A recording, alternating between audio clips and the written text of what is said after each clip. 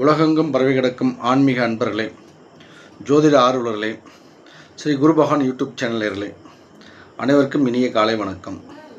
நாம் இன்று காண இருப்பது பராபவ வருடத்தின்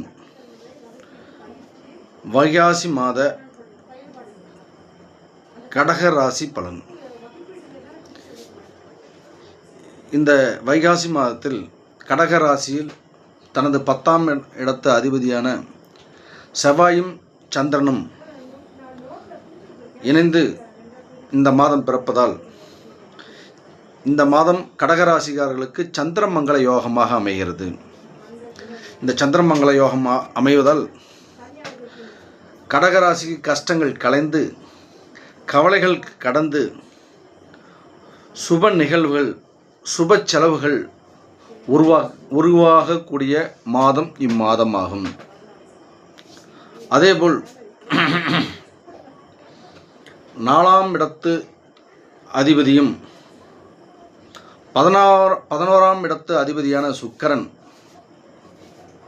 விரயசானத்தில் இருப்பதால் இடமாற்றம் பணியிட மாற்றம் வருவதற்கு கடகராசிக்காரர்களுக்கு வாய்ப்புண்டு. அதேபோல் 4, 6, 8 ஸ்தானத்தை குரு பார்வை செய்வதால் உடல் உபாதைகள் இவர்களுக்கு விலகும். உடலில் ஏற்படும்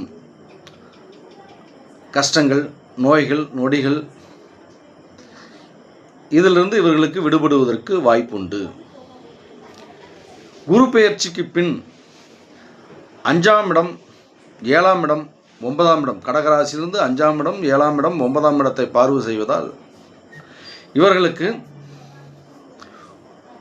நீண்ட காலமாக குழந்தை பாக்கியம் அமையாதவர்களுக்கு குழந்தை பாக்கியம் அமைவதற்கு வாய்ப்புண்டு.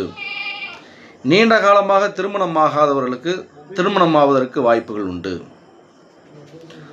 அதேபோல் பூர்வீக சொத்து, முன்னோர்கள் மூதையார்கள் உறவு இதில் ஏற்படக்கூடிய சிக்கல்கள் களைவதற்கு வாய்ப்புண்டு. அதேபோல் இந்த கடகராசிக்காரர்களுக்கு இவர்களுக்கு பரிகாரம் என்னவென்றால், இவர்கள் கஷ்டங்கள் தடைகள் இதை விளக்குவதற்காக துர்க்கை அம்மனை நெய் தீபம் ஏற்றி வழிபாடு செய்வது சிறப்பாகும். நேரிலே நாம் போடுகின்ற வீடியோக்கள் ஒவ்வொன்றும் உங்களுக்கு தெரிய வேண்டும் என்றால் இந்த சேனலை லைக் பண்ணுங்கள்.